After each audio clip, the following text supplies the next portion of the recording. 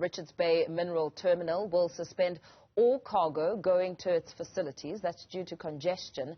Trucks have been stuck on the road to the terminal, causing more bottlenecks on the road. Some drivers told Newzroom Afrika earlier this week that they spend 2 to 3 days in the queue before offloading. There's also tensions at the Lebombo border post between queuing truck drivers and taxi operators. We're now joined by Gavin of the Road Freight Association to dissect these issues. Very good afternoon to you. Thank you for your time. Truckers, logistics companies, there's a lot of frustration by the long queues at Richards Bay Port as well as the Lebombo border crossing. How is this affecting your members? Good afternoon, Mpho, and good afternoon to all your viewers. You've heard what the truck drivers are saying, and you can imagine how the logistics companies are feeling. So in the first instance, there are now long queues either at the port trying to get into the port to offload the goods and get out, or trying to cross borders in the only other alternative that seems to be around to get that cargo through a different port, not a South African port.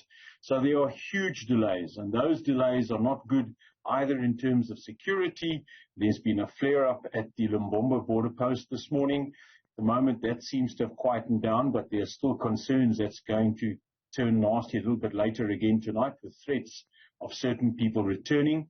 But of course, these long queues, drivers are threatened, there's security, and of course it's not doing very much for us as a country in terms of exports. It costs money to get it out, and our customers out in the world are going to look at a place where it's cheaper to get whatever we're selling, where it's more reliable, and the risk is far, far lower. I suppose, it would all boil down to some very important questions that need to be answered by Transnet. Of course, we've seen what's been happening there and how that could possibly be affecting some of the questions that need to be asked about the road congestion, why it's at this level and at this point of such uncontrollable levels.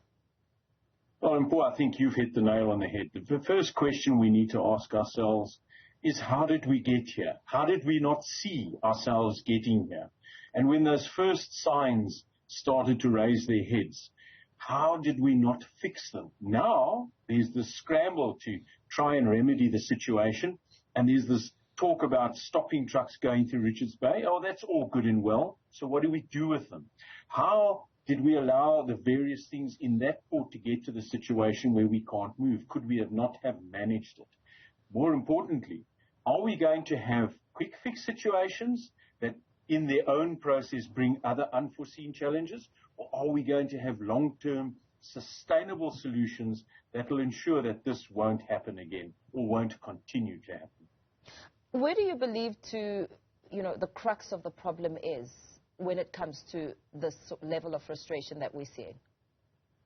Well, Mpho, I think there are two things. I think the first thing is that the inflow of the commodity into the port, and let's start with Richards Bay first, that inflow hasn't been managed properly. If the systems in the port cannot accept road freight deliveries, that port was designed specifically in terms of coal and large ore, was designed for rail, and the loading systems and the gantries for the ships, if you want to call them that, the loading processes were designed for that.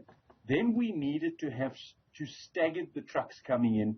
And if this was going to be a long-term problem, we should then already have either built or managed alternative routes into the port or gone back to Transnet to find out what the issue was, because I'm sure we could have fixed that. There are reports from Transnet that ore line is running at less than 50% of its capacity. How did we get there?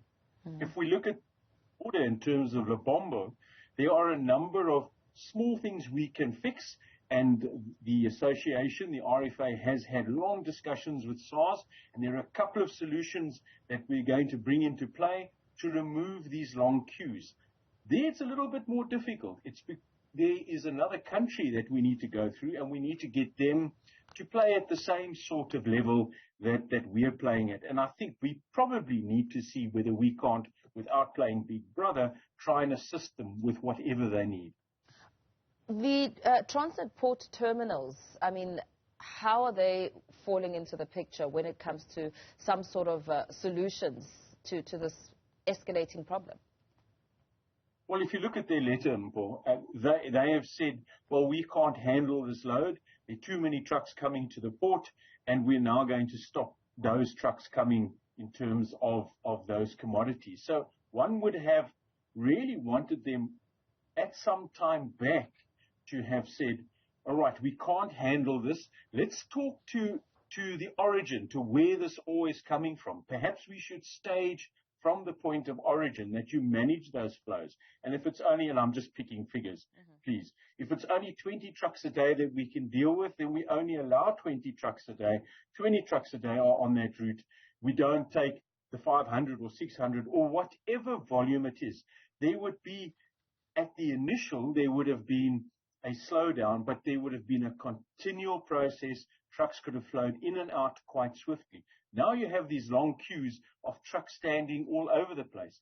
And obviously, that is not what we want to see. Yeah. And I understand that as a result of this chaos, that some have now instituted legal action against transit port terminals, and that in itself hasn't received much of a response when it comes to resolving this problem. Well, it's interesting that the first two bits of legal action, and I'm sure it's probably going to be the beginning of an outflow, but the first two bits come from local authorities or municipalities close to the port or in whose jurisdiction the port falls. They're saying, we can't manage this traffic volume. We don't have places to stage the trucks. We can't ensure that other road users are being kept safe, and we don't have the budget or the funding to keep traffic officers, those who are mandated to keep the road safe, continually employed. There, they've got other duties. So it's not surprising, and perhaps this is the best way for it to happen, because it's now happening between authorities. It's not, oh, private sector's just upset and they run to the courts immediately. So I think it's a good thing. And what do you believe now to be some of the long-term ramifications? Well, first of all, there are a number of ships that are not being allowed into the port. That's also in the letter, that they're not going to allow ships to come in to get this cargo because they can't handle the volumes. So what do you think shipping companies are going to do? They're going to say, well, in that case, and I'll use an example, let's go to Maputo or let's go to Beira. And the mines or those producers of the goods that are being exported will then choose those destinations or those ports. Remember that the choice of mode of transport and its departure point, let's use that, or the border to cross, is determined by the customer, because the customer is trying to provide their customer, the person who bought the coal or whatever the goods are. So we can see, or we may see, definitely already have seen, a move of shipping companies to other ports that are far less congested and that are far more efficient. In the long term, we could find that customers around the world say, well, let's not bother buying things from South Africa. They might be a little bit more expensive elsewhere, whether that's in terms of the actual ground price or the dollar conversion rate. But if we buy from somewhere else, we get it far quicker. There's no striking, there's no delays, and we know we've got our product. Very well. Thank you so much for that insight. Let's perhaps leave it there for now. Gavin Kelly of the Road Freight Association talking to us there about the chaos around the Richards Bay Terminal, which continues moving transport to suspended cargo receiving.